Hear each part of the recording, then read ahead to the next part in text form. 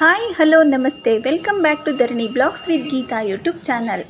ನನ್ನ ಯೂಟ್ಯೂಬ್ ಚಾನಲ್ನ ಯಾವ್ಯಾವ ವ್ಯೂವರ್ಸ್ ನೋಡ್ತಿದ್ದೀರೋ ನಮ್ಮ ವ್ಯೂವರ್ಸ್ಗೆ ಮತ್ತು ನನ್ನ ಯೂನಿವರ್ಸ್ಗೆ ಎಲ್ರಿಗೂ ಒಳ್ಳೆಯದಾಗಲಿ. ಆ ತಾಯಿ ಚಾಮುಂಡೇಶ್ವರಿ ಎಲ್ರಿಗೂ ಒಳ್ಳೆ ಅನುಗ್ರಹ ನೀಡಲಿ ಅಂತ ಈ ಮಿನಿ ಬ್ಲಾಗ್ನ ಶುರು ಮಾಡ್ತಾಯಿದ್ದೀನಿ. ಆಷಾಢ ಶುಕ್ರವಾರವಾದ 3ನೇ ದಿನ ಇವತ್ತು. ಸೊ ಹಾಗಾಗಿ ನಾನು ಆಷಾಢ ಶುಕ್ರವಾರ ಎಷ್ಟು ದಿನ ಬರುತ್ತೋ ಅಷ್ಟು ದಿವಸನೂ ದೇವಿಗೆ ನಿಂಬೆಹಣ್ಣು ಆರತಿ ಅರ್ಪಿಸಬೇಕು ಅನ್ನೋದು ನನ್ನ ಸಂಕಲ್ಪ ಆಗಿತ್ತು. ಸೊ ಹಾಗಾಗಿ 3ನೇ ವಾರ ನಿಂಬೆಹಣ್ಣು ಆರತಿ ಮಾಡೋಕ್ಕೆ ಅಂತೇಳಿ ಚಾಮುಂಡೇಶ್ವರಿ ದೇವಸ್ಥಾನಕ್ಕೆ ಬಂದೆ. ನಾನು ಬಂದಾಗ ಟೈಮ್ ಆಗಲೇ 1 ಆಗಿತ್ತು.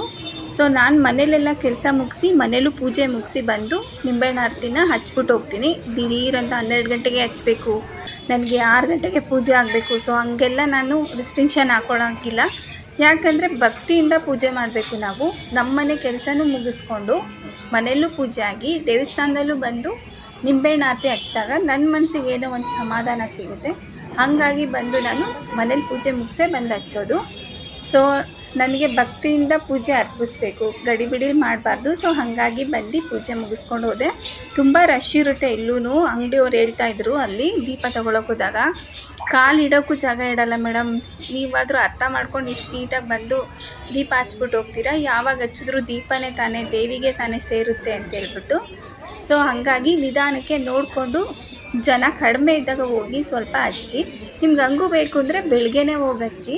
ತುಂಬ ಜನ ದಟ್ಟಣೆ ಇದ್ದಾಗ ಹೋಗಿ ನಿಮ್ಮ ಹರಕೆ ತೀರಿಸೋದಕ್ಕೆ ಹೋಗಬೇಡಿ, ಯಾಕಂದರೆ ಎಲ್ರಿಗೂ ತೊಂದರೆ ಆಗುತ್ತೆ.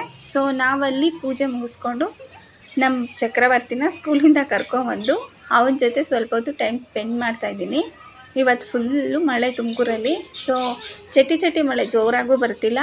ಆ ಮಳೇಲಿ ಆಚೆ ಕೂತ್ಕೊಂಡು ಈ ಥರ ವ್ಯೂಸ್ ನೋಡೋದೇ ಒಂದು ಖುಷಿ ಆಗುತ್ತೆ. ಮಕ್ಕಳ ಜೊತೆಗೆ ಟೈಮ್ ಸ್ಪೆಂಡ್ ಮಾಡಿಕೊಂಡು. ನನ್ನ ಇವತ್ತಿನ ಮಿನಿ ಬ್ಲಾಗ್ ಇದಾಗಿತ್ತು. ಯಾರ್ಯಾರಿಗೆ ಈ ವಿಡಿಯೋ ಇಷ್ಟ ಆಗುತ್ತೆ ಲೈಕ್ ಮಾಡಿ, ಶೇರ್ ಮಾಡಿ, ಕಮೆಂಟ್ ಮಾಡಿ. Thank you for watching.